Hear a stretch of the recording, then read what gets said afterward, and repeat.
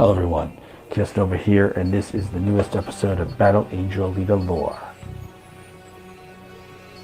The Mutants. Many characters in the Battle Angel universe are known for being enhanced by cybernetics. Although there are many, and most of them are enhanced by cybernetics, there are some who are enhanced biologically, and they are known as the Mutants. Mutants are often outcast or generally feared by much of society in this universe. However, there are those who have played a significant role in the overall plot of Battle Angel Alita.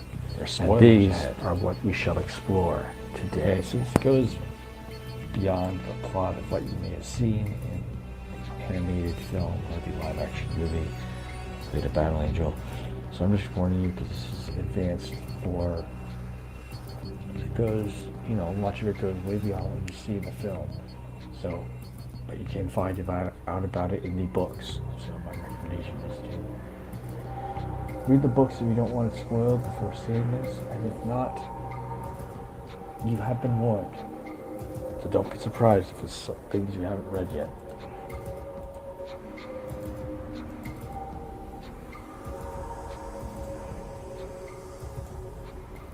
So there are types of creatures in the Battle Angel Alita universe, or GUNNM universe as it's also called.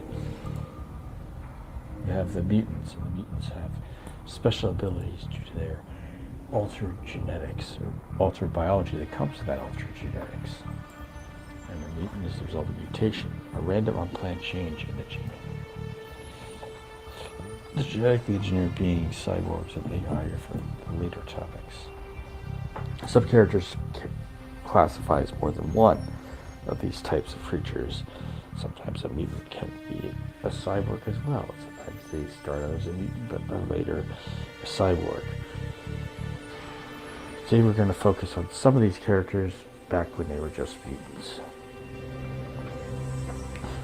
And we're going to talk now more about the characteristics. Now, shared mutant characteristics of GUNNM: usually nocturnal, preferring activity at night. They may feel wicked by daylight, and some are even blind to visible light. Many mutants can have special senses, such as night vision or infrared vision, that make them a little different in their perception than normal people. Their normal human eye, unaided. They're usually pale and albino in nature, probably due to the fact that they're only hanging out at night and not getting sunlight, or they're naturally, genetically albino. They usually live off the same food as humans, but sometimes they have extra or alternate food sources.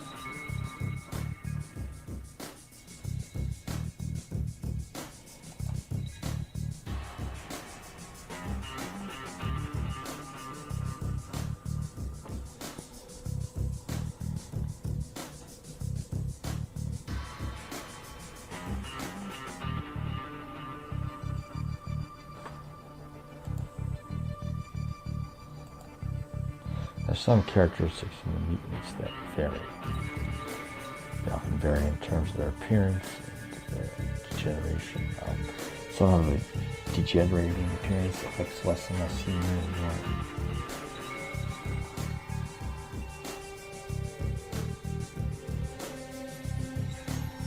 like an animal or some kind of deformation. They tend to lose facial characteristics, nose, eyebrows, eyelids, their lips. Their eyes might even appear to be animal eyes, such as slit eyes. You see a predatory bird. They also might develop other characteristics, such as hard and sharpened fingernails, sharpened canine teeth, or permanent change to the eyes. Some literally engage in cannibalism and or vampirism.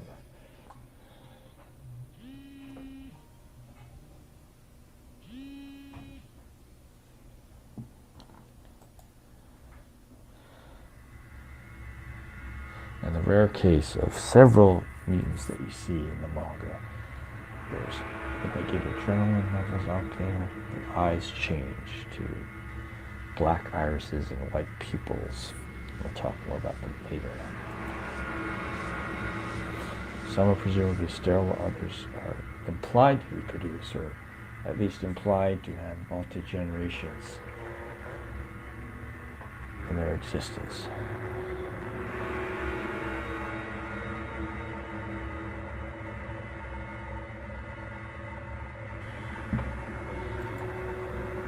Now there's a few mutants in the manga, and this is the order of their publication history. This is not the chronological order within the GUNNM timeline. First mutant you ever see in publication is the mutant woman, followed by Makaku as he describes in his origin story.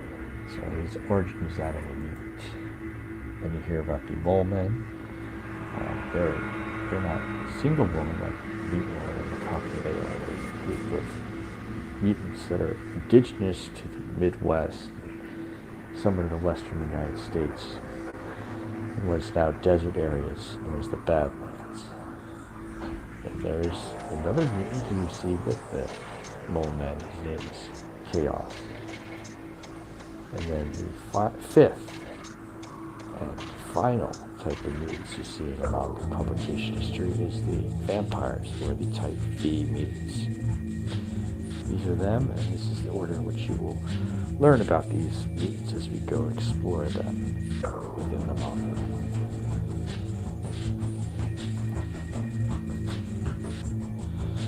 The mutant woman is the first major antagonist in Battle Angel Alita. The first mutant you see.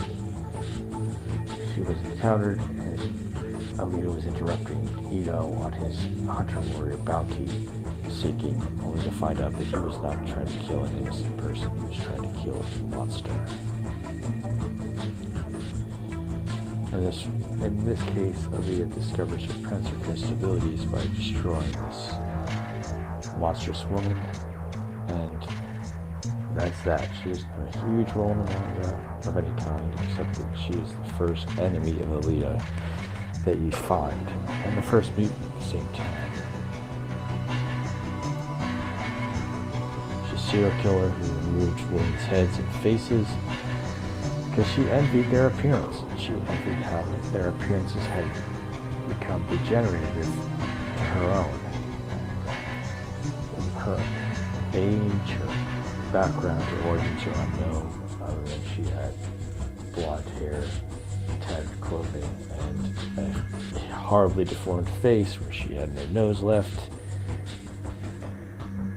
Her eyes were slit eyes like a vulture, and her teeth had all gone pointy like she was some kind of wolf or other predator. She had become nocturnal as well. Other than that, she hunted around in the dark, and she had become extremely inhuman by the time they had killed her and collected a type of bounty.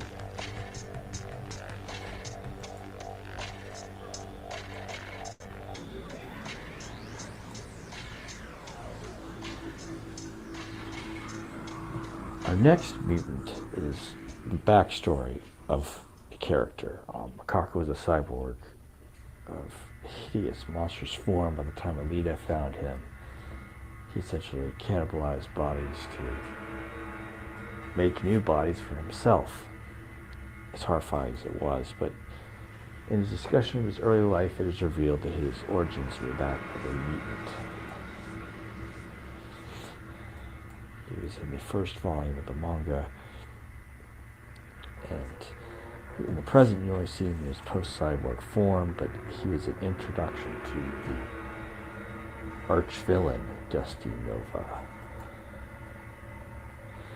Began as a mutant, he was stillborn, flushed down the toilet, but he lived and grew in the sewers.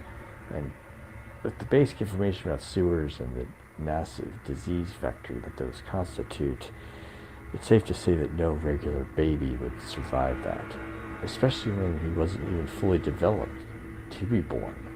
yet somehow he grew within this filthy environment, eating the filthy waste and garbage he found down there. He's shown here in the manga eating a rat. But somehow this unsanitary environment was not harmful or detrimental to him. And unlike his film and animated counterpart, Grishka, Lukaku was not a famous person getting a second life the way they were, as with Grishka in the anime as being a Coliseum champion and Grishka in the live-action film being a former champion of motorball. Gaining new life after being killed. He was someone of obscurity, and his base desire was to be known and live on the surface. Now, when Destiny Nova gave him a new life, he granted that wish at a horrible cost where he must consume brains in order to live.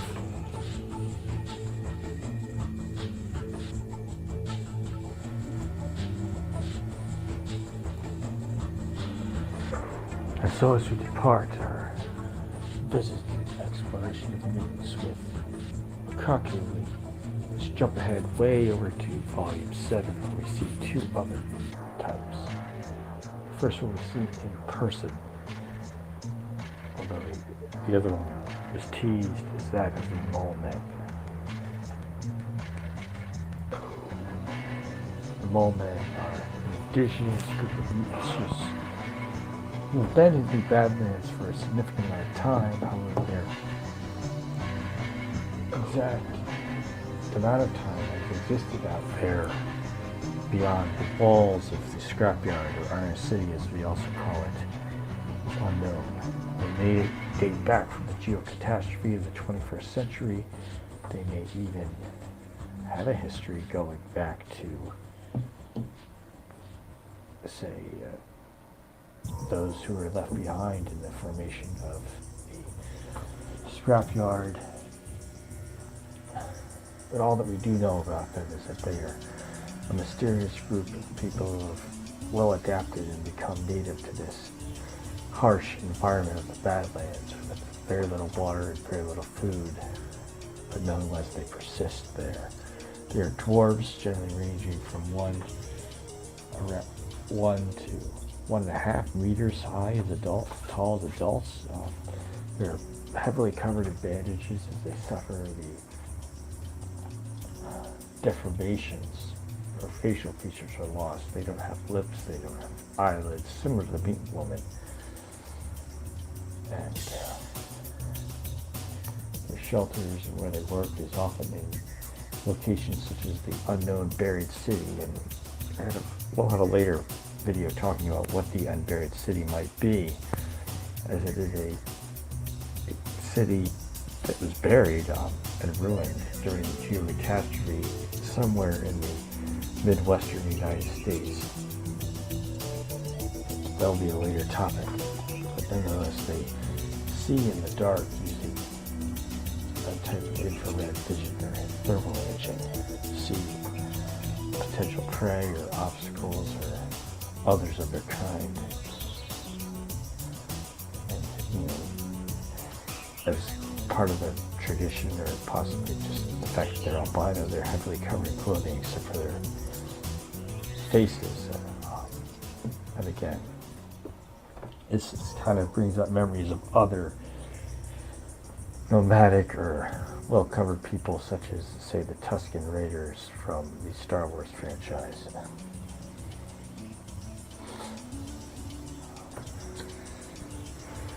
During the first encounter with the Mole Men in person, Konomi mentions them with question marks, indicating that possibly they are, known as some kind of urban legend.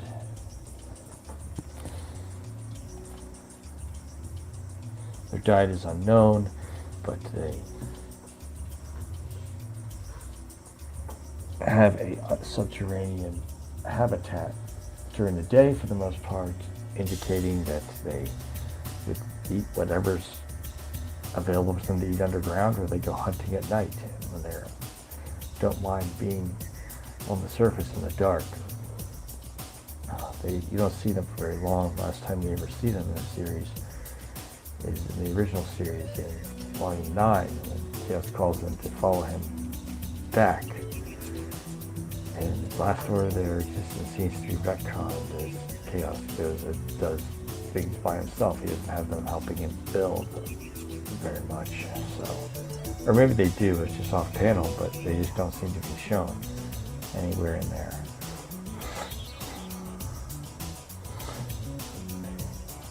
There's a little time, we're going to go see their first encounter with the main characters.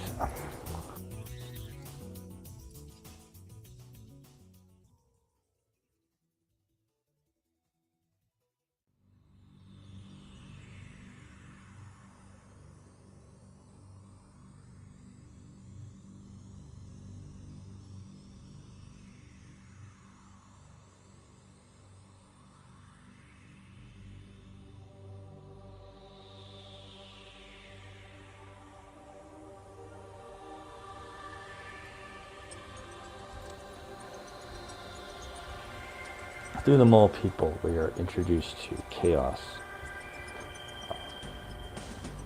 And he's revealed to be the biological son of the arch-villain, Destiny Nova.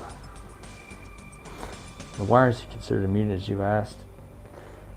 A number of indicators from the plot show that his existence is unplanned and his special abilities were unknown by Destiny Nova without extensive studying. The other fact is that his father is supposedly unable to reproduce sexually, indicating that somehow it goes against the laws of Zalem as well as his own design that he can somehow reproduce. The timeline shows that Destiny Nova was only out Zalem for about a year, so without Zalem and without the artificial reproductive equipment known as the DNA organ, Destiny Nova didn't really have a means to reproduce his son except through some miraculous fatherhood that he experienced down below. And the timeline being a little less than a year after his exile, the case that he probably, went about his business not thinking that he would become a father, but yet he did. And regarding his powers, there's a little special manga page here showing that Destiny Nova has his own little journal. He's saying it's amazing what my son can do. So in all cases, it's likely that his son was to him a unexpected consequence, or whether you want to call it an anomaly or a miracle. It somehow happened. Chaos also has characteristics shared by the Type V mutants or vampires and mole men, in the sense that he has thermal imaging and what he does. He also seems to have a defined ability to psychometry or psychometry that another mutant seems to have, implied to have, but not necessarily confirmed to have. This other mutant seems to recognize Alita after striking her, which is, similar to him, as he seemed to know Alita's identity from touch. Although, for him, it's a different deal. I mean, he just psychometrically uploaded her memories and abilities into himself. In the case of this other mutant, it's implied, but she was simply fighting with Alita and maybe just recognized, oh, this person looks familiar. It isn't necessarily a data upload the way Chaos does it. And his possibilities with psychometric powers are unknown as to what the limits are. He can even also have pseudo-telepathy in the sense that he communicates with machines. His thoughts travel as radio waves, and the machines read out his thoughts, or his thoughts come out of the machines as if someone were actually speaking to you. Initially. Later on, he could speak normally. Which, in his sense, is a type of, maybe a type of altered shock. And I'll talk about altered shock later with the type V mutants or vampires. He also, like the type V mutants or vampires, has the eye changing color, in which his eyes become black irises of white pupils when his adrenaline is up.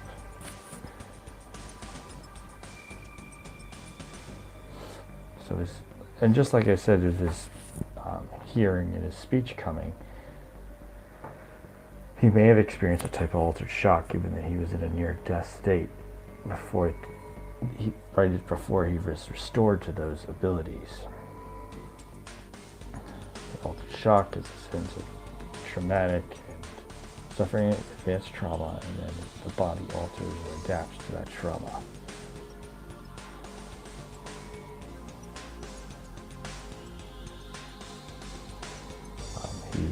Kaos had a type of dissociative identity disorder. Initially, he had two different personalities. So it was a Jekyll and Hyde, where his alternate personality came about from his anger and heightened adrenaline. That alternate personality ultimately took the name of Den. And Den is essentially the opposite of Kaos prior to him evolving further. Den has superhuman strength. Den is enraged. He's very organized and conspiring. Kaos is the opposite. He's fearful, he's disorganized, he's shy. And these two opposites are incomplete parts of the same person, but ultimately they reunite. But the craziest part of all this is that his alter ego, when given a machine body, became essentially an alternate life form, a separate entity.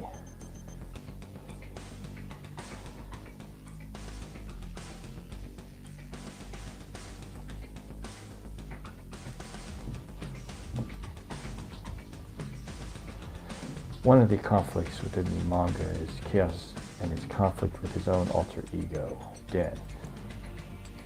And this is the battle for humanity.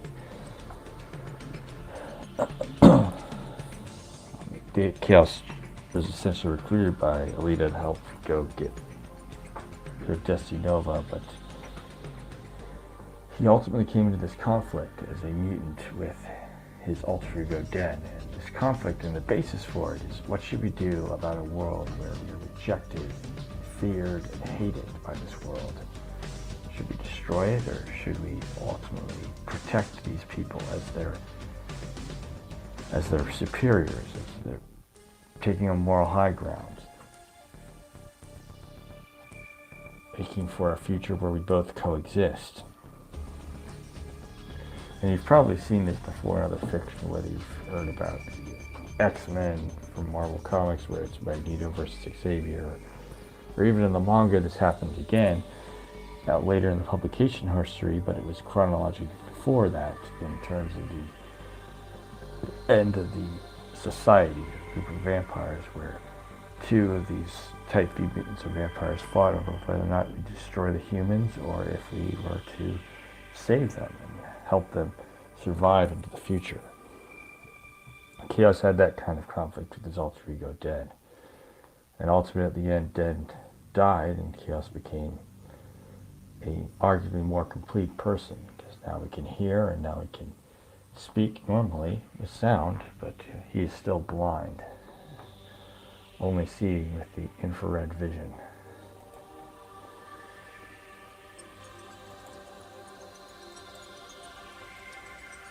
The origin of Kaos is unknown, but it is nonetheless miraculous or an anomaly, hence his name. He is the only known natural-born offspring of a Zolamite, or Destiny Nova. He carries, as we said already, he carries characteristics of the vampires or type V mutants. But his name is the name of the mythological deity of all creation, first of the gods of Greek and Roman myths, Chaos. His name denotes his own miraculous existence, in essence, because the god known as Chaos willed himself into existence. Is that he existed in a universe full of disorder and a total mess, but nonetheless he willed himself to exist out of the disorder. In that sense, Chaos is a miracle. It's almost as if he willed himself to exist. His father isn't supposed to be capable of biological fatherhood, yes, and yet he did. Further details, about his origin are unknown, but that unknown factor raises plenty of curiosity because his existence is forbidden and supposedly it couldn't happen. Supposedly it's impossible.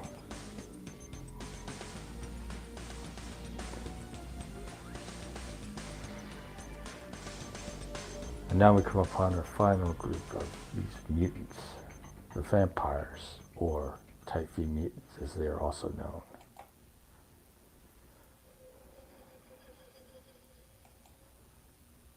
The Ancient Ones. So within Battle Angel Alita, there's often sci-fi explanations given to concepts we think of as fantasy or supernatural. One example is that werewolves in GUNNM are actually, it's the result of a drug or super steroid made by McGill Corp, and McGill used this super steroid on himself to become a werewolf with superhuman strength. And we'll talk about McGill and others later. But in the same vein as werewolves being the result of a special steroids, vampires are a special class of mutant transformed by a virus. The virus is known as mutagenic, highly fatal. It is a type of retrovirus comparable to the flu, or especially in the case of GUNNM, it's comparable to hepatitis or HIV in the sense that it is a blood-borne virus. The survivors of the infection become vampiric, and those survivors possess a special biological factor to allow them to have greater survivability when infected. The survivors are also much more likely when they are infected at a younger age. A small child has a far greater chance of surviving the infection than a grown adult or an elderly. Possibly due to when you're a child, you have more growth to go, whereas when you're an adult or you're old, you don't really have much progression and development to go into adulthood. We all get older after all, except for them post-infection, or those who have undergone Methuselahization.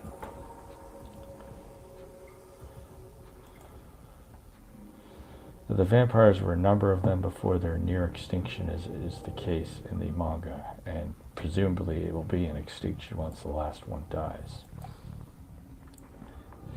They're usually incapable of reproduction post-infection. Some of them, such as Zapolska, reproduced before his infection, and his health was deteriorating. He was at an older age when first infected, so he didn't turn out too well. He's obviously showing degenerating facial features, like we mentioned with the beaten woman, or we mentioned with the mole men, where his nose is gone, his eyebrows are gone, can't really close his eyes anymore. His lips are gone, so he covers his face with bandages of all this deformation. He's also suffering from a very slow-acting cancer. Sapolsky also suffered hallucinations. He had delusions where he was having pain from the cancer and his other illness. So he was having flashes of his own daughter who died in the geocatastrophe, and it was just he remembered her out of his sad memory of how he used to have his family before he was transformed. Another one named Morse is suffering from his own degeneration, and his vision just was lost. He became blind. Although Morse didn't have too many deformations, but he was losing his senses. while they're thought of as vampires, they don't conform to the mythical characteristics of vampires. I mean, sunlight doesn't burn them up. They don't change into bats or wolves. They're not scared of crosses. They do cast reflections, and they're usually killed by conventional means.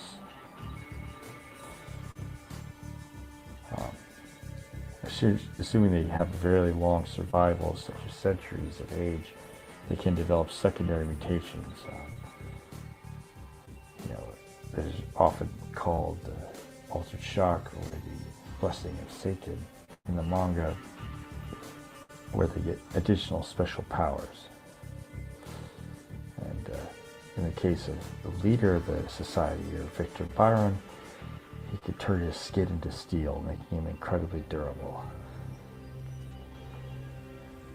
The initial transformation from the virus results in mental illness, hallucinations, sense of pain, and there's a survival window of 200 years where there's a heavily increased risk of cancer.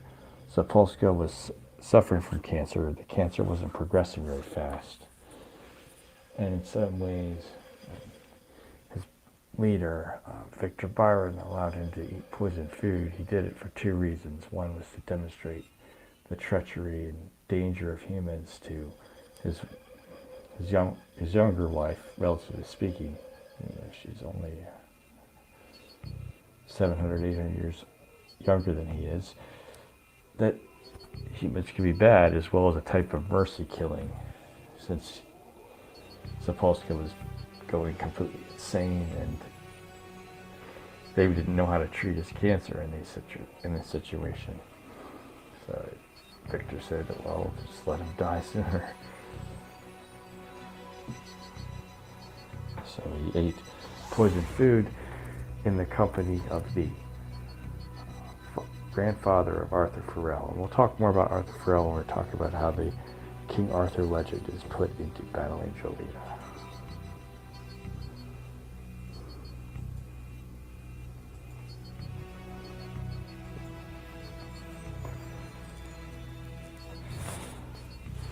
The conflict between Type V mutants and the humans ultimately resulted in the sighting of one mutant, Vilma Fakiri, with the humans, and the death of the leader of the society, Victor Byron.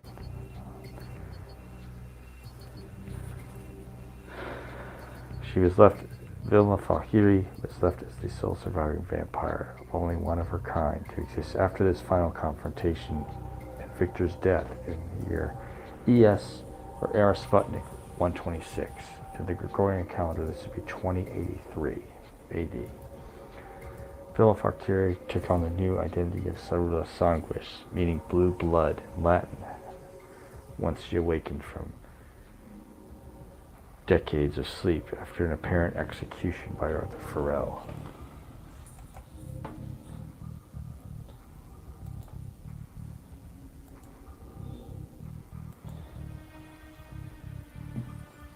The mystery is left with only one of their kind left as to what their legacy and possible connections are. They are now in near extinction, or inevitable extinction, as there are only one surviving specimen. Vilma Fakiri is being tortured in captivity with the ancient Kunslers, or necro-soldiers. In spite of not being classified as such, the mutant known as Chaos carries vampiric characteristics of being pale and having the color-changing eyes.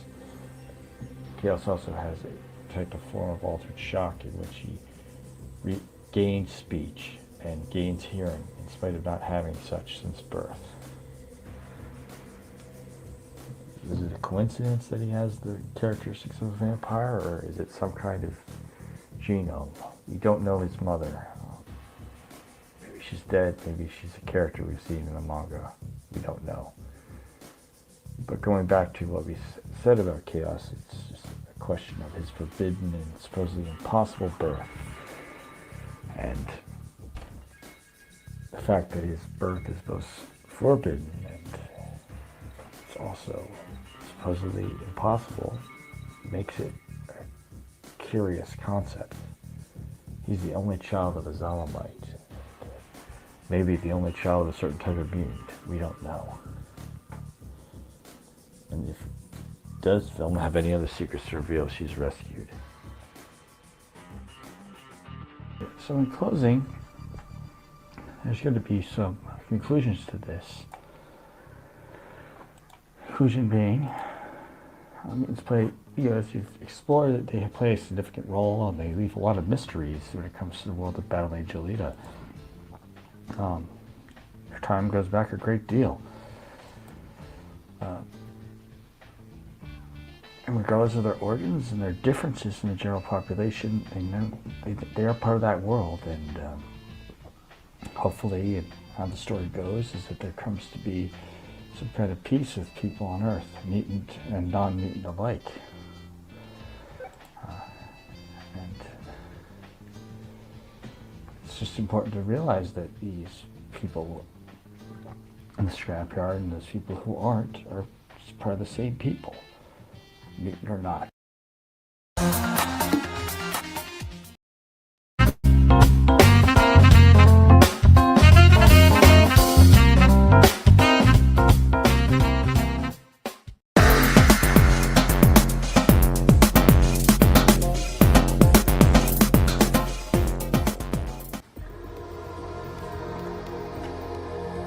Hi everyone, Kaos Nova here, and this is Battle Angel Alita commentary. Episode 4, The Legend of Excalibur. Excalibur is the sword of legend, the sword of kings, made by divine power, and whoso obtains the sword shall be king. You're probably wondering, okay, what does some futuristic sci-fi manga have to do with Excalibur? Well, interesting enough, Excalibur is a major inspiration for a lot of the events that unfold in Battle Angel Alita, and this includes the original series, this includes Last Order, and possibly Mars Chronicle. We'll see. But this is talking about how much of a role this myth plays within the manga and the overarching plot. There's a lot of spoilers, so I warned you. And whoso obtains the sword shall be king. You're probably wondering, okay, what does some futuristic sci-fi manga have to do with Excalibur? Well, interesting enough, Excalibur is a major inspiration for a lot of the events that unfold in Battle Angel Alita, and this includes the original series, this includes Last Order, and possibly Mars Chronicle. We'll see. But this is talking about how much of a role this myth plays within the manga and the overarching plot. There's a lot of spoilers, so I warned you.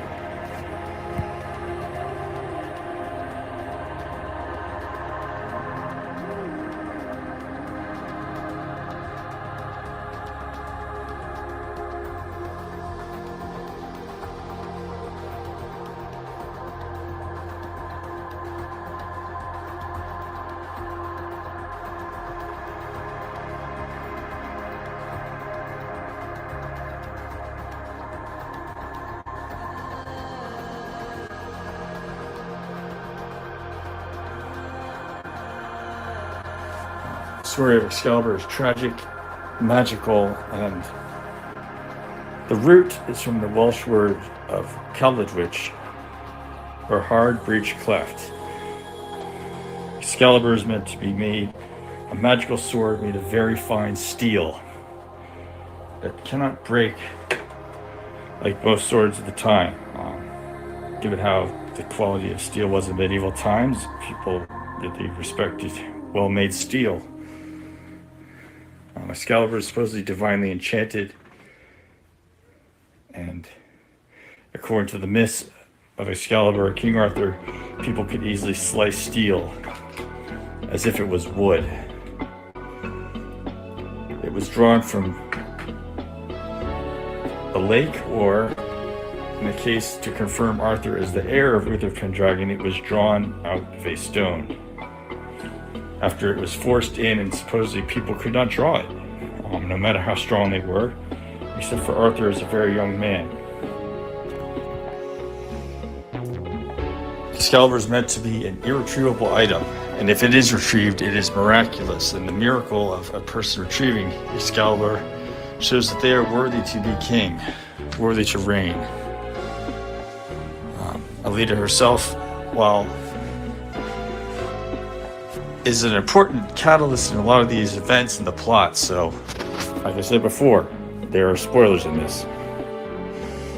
Now, to get into the basic myth, they had Arthur Pendragon, the heir of Excalibur, after the death of his father Uther Pendragon. Uther lost Excalibur because he could not keep it. While he had it, he became unworthy to keep the sword due to some of his unsavory actions. Merlin therefore took Arthur from him and gave him to another knight, Hector, to be raised by the knight instead of his father.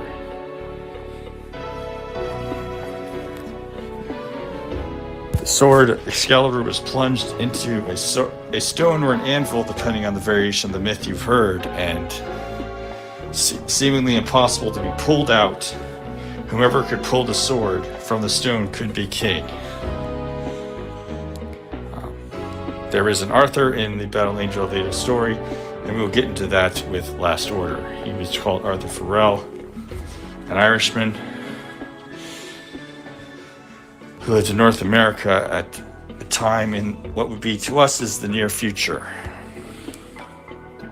In the original Battle Angel Alita series, before Last Order, before Mars Chronicle, there was symbolism and events carried over from the legend of Excalibur.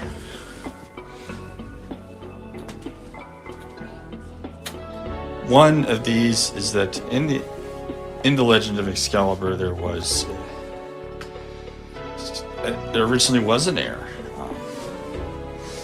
The heir was Nova. He was exiled for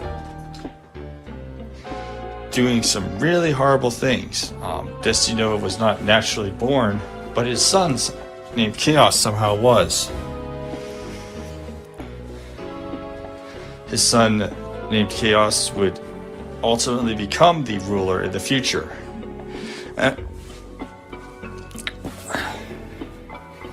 But his son initially was off in the Badlands and never wanted to come back to live in the city that at some point he felt rejected in there.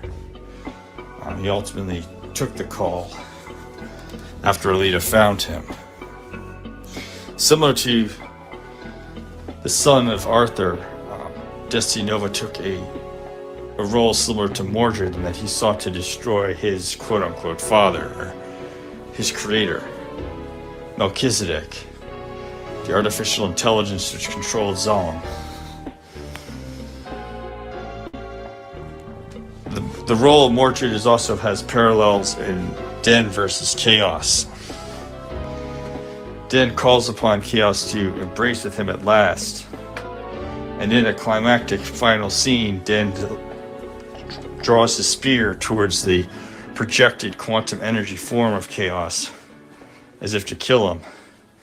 And he also borrows a similar quote from Mordred in the final battle of Excalibur, when Den asks to embrace at last and tells Chaos that Chaos is the father of Den, which in the essence Den spawned as a intelligence or entity from the anger of Chaos at the world's hatred of him.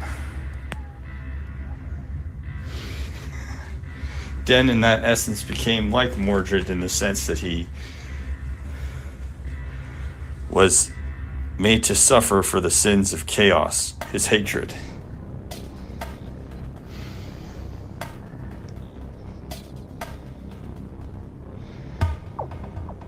So, Arthur Farrell is different, and this story of Arthur Farrell came about with the retcon into Last Order. He's some ways similar to Uther Pendragon in the sense that he helped invent Excalibur.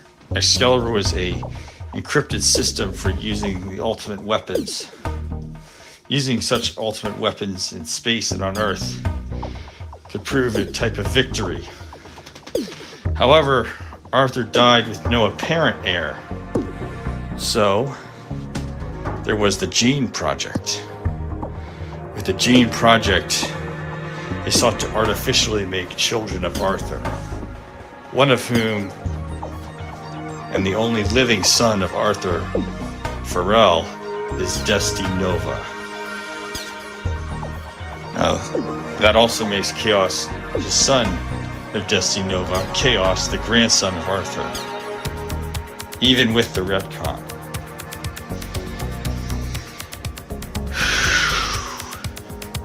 Now, there is Excalibur in this case, and it was a coding. Like I said before, it was an encryption to gain access to the ultimate weapons. And it was apparently lost. Apparently it was lost, but you see, Kaos has a special ability that he can get what ordinary people cannot acquire. The ability is known as psychometry, and interestingly enough, it is a trait commonly associated with Dampire's or other half-vampire characters, such as Blade, Vampire Hunter D. And it's electromagnetic in nature in the sense that he reads data from people and objects just as if a computer hard drive reads the magnetic data from the old spinning hard disks. In that essence, it is fully possible, and even in the original series, Kaos can literally memorize information that is broadcast to him, or which he reads off items, or even people from them. It's conceivable that if someone had a memory of what the code of Excalibur was, or the Fata Morgana, Kaos could extract the matching data out of that person and use it. So this isn't officially happened at all, and I don't know if they want to continue with if Kashiro's intent is even to continue with this Excalibur myth in Mars Chronicle. I don't know, probably not. The crazy part is that there is someone, the grandson of Arthur Pharrell, who could potentially do that. And maybe if the Consular War, an incident involving the General and Erica continues on Mars to get even worse, there may be a means to get Excalibur and resolve it, using the ultimate power of Excalibur by accessing the ultimate weapons with the necessary codes. The Fata Morgana, which is the corresponding piece of code, was had by the last surviving vampire, Cerula Sanguis or Vilma Fakiri. Now, this is getting longer, but interestingly enough, she has, again, the corresponding pieces in her earrings and holographic data. She gave it to Alita in Last Order, which is stored inside Alita's head. So, the matching code is in Alita now, and not the one who's left behind on Earth, but the one who's on Mars as an agent of Melchizedek. But that didn't stop the organization known as Ladder from wanting to recreate Arthur's heirs, which was Destiny Nova and others in the Gene Project, although Destiny Nova is the only one of the Gene Project left alive. Now, going back to Excalibur and some of the myths, Arthur killed an entire shipload of children because he didn't want anyone who was born on Mayday to potentially be his enemy. Well, guess who the survivor of the Mayday massacre by Arthur was? His own son, born of incest to the sorceress Lady Morgana, or Morgan Le Fay. So, and in a way, this isn't incest that created Destiny Nova, but it is artificial means of having his body assembled by machine, genetically coded and grown by machine, and a method comparable to Kryptonians in DC Comics or the artificially grown babies in the Matrix franchise.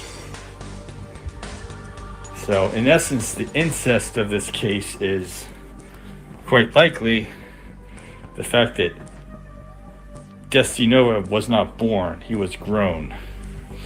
As were the others in the Gene Project, but Destiny Nova, or at least his clones, are the only living possible heirs. And in this case, Nova X is on ice, and the Nova still left alive is called Supernova. He's got that little frog going. And he also has multiple chips in his head, or multiple brains worth of processing power.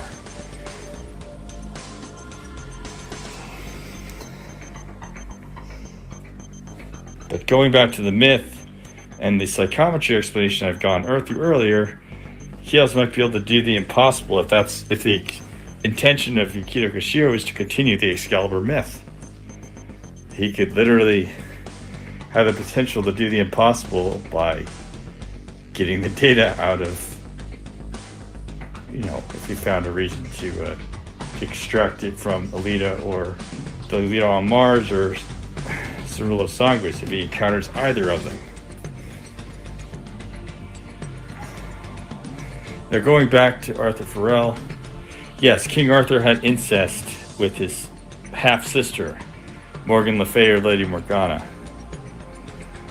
Arthur Farrell, likewise, did not have an heir through ordinary means either. His wife was killed by Victor Byron, the now dead husband of Cerullo Sanguis, before her death in evolution. Or near death, I should rather say. With that death, and the seemingly lost Excalibur code, Gene, Prodigy, and Ladder wanted to have a replication of the power of Excalibur, so they decided to artificially make heirs to Arthur Farrell with the Gene Project, growing those, those Matrix babies or those artificially built fetuses grown by machine, not born but grown, and that includes Destiny Nova. Although the interesting part here is that while Destiny Nova is a psychopath, pretty much a complete monster, his son doesn't appear to be that way. And his son was implied to be naturally born and a mutant. But either way, his son would appear to be much more worthy and much more someone you would give Excalibur to than Destiny Nova.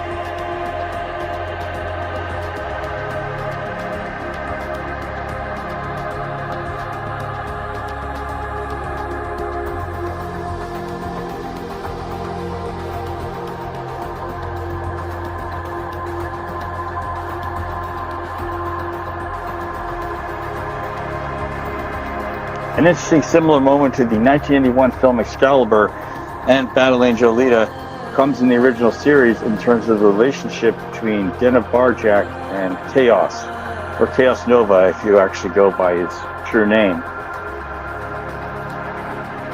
Den offers the opportunity to embrace him at last to Kaos, and he ultimately considers Kaos to be his father. Den is also the vessel, or essentially depository for all of Kaos' sins of inaction and hatred. in that sense, it goes back to the symbolic moment from Excalibur where Arthur talks about how Mordred became the vessel of his sins in the film. And similar to him being delivered, finding re-motivation through receiving the Holy Grail, Kaos also receives an encouragement to continue in Battle Angel Alita and ride out once more to address the issue of Den and the Barjack rebellion which Den had founded with the help of Destiny Nova. And in this sense, it's very similar to Arthur and Mordred in the fact that, also like Excalibur or the tragic story, they both essentially cause each other's death. As you see in Excalibur, Mordred in the film, 1981 film, is largely portrayed as riding a horse with a lance and a mask. And Den is, while this is more of a Japanese traditional weapons and armor that Den wears, he is portrayed as riding a horse with a naginata spear, a traditional cavalry weapon for feudal Japan. And in that sense, it leads, with all these similarities, leads one to wonder if Yukito Kishiro took some inspiration from the 1981 film Excalibur, and with the time frame of being 12 years before this Barjack story really came into fruition, and around 1981 when Excalibur hit the theaters, it's very much a possibility.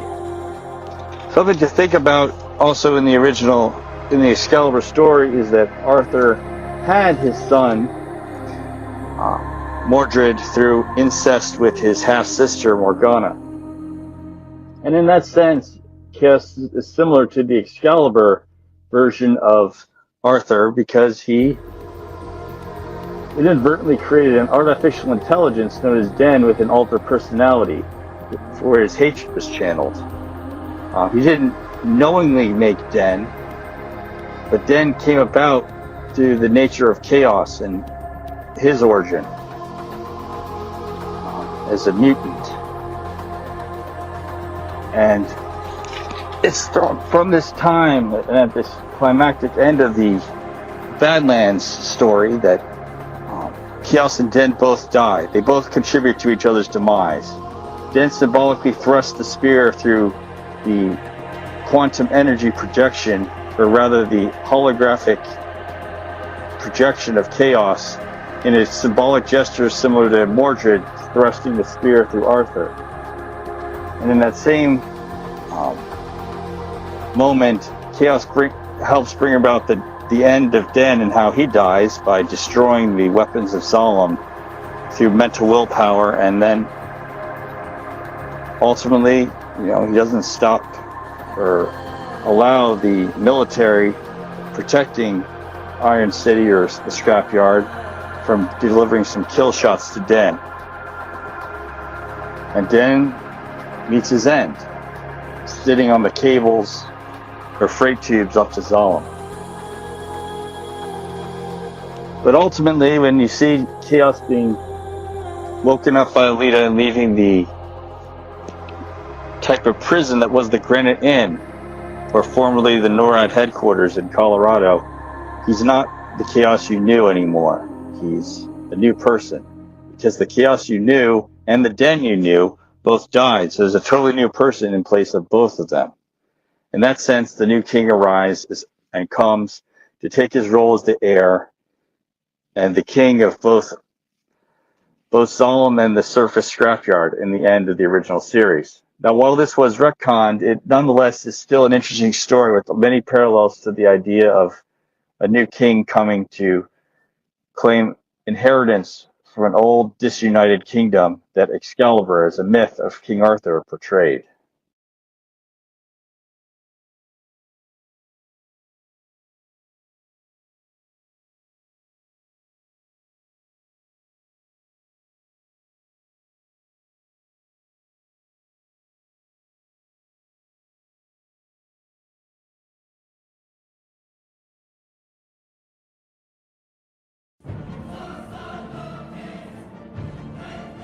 In the manga panels portraying the final charge of Den, Latin words are transcribed on the pages.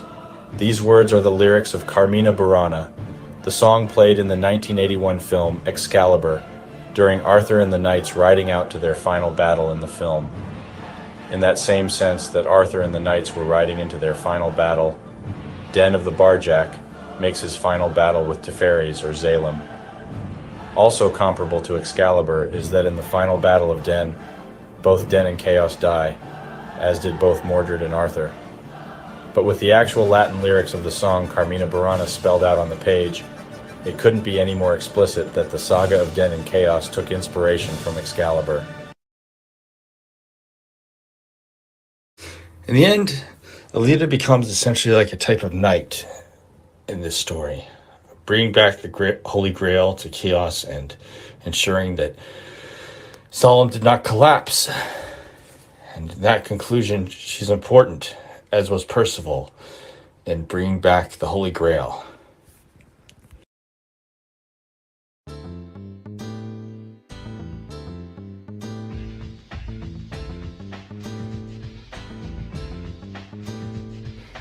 At the end of this thing, the myth of Excalibur and how it works in the Battle Angel mythos is immense. And one of the other parts about this that is interesting is in the film. Destiny Nova in the film is already up in Zalem. He apparently has never been exiled. But an interview with Leda Kitagridis indicates that she and Cameron and Rodriguez were quite aware of the existence of Destiny Nova's mutant child. And their idea and concept, and I'll include a link to the description down there, was that Destiny Nova would be looking for his kid and wants him back. In that sense, it changes the roles of Destiny Nova being the one that Alita would be trying to capture alive in the Tune project to Destiny Nova's son. And my guess is since Destiny Nova in the film is portrayed as a genetic purist, he initially exiled his child for being a mutant, but now he wants him back, seeing as how he can use him to get Excalibur and the encryption thereon. Either way, at the end, the mythos of Excalibur is a heavy dose of inspiration for Yukio Kishiro in crafting the story, and many elements of that myth are in it. And it's been a nice time talking to you, and the next Battle Angel Leader commentary topic will be discussing the terraforming wars and the fall and how the two are different. I would also recommend checking out my live stream, What's the Difference, talking about 3 different media presentations of Battle Angel Leader and how they all differ. Meantime, I want to say thank you to our audience, and I wish you all have a wonderful day and hope you enjoyed this wonderful presentation. Thank you very much, and I'll be signing off.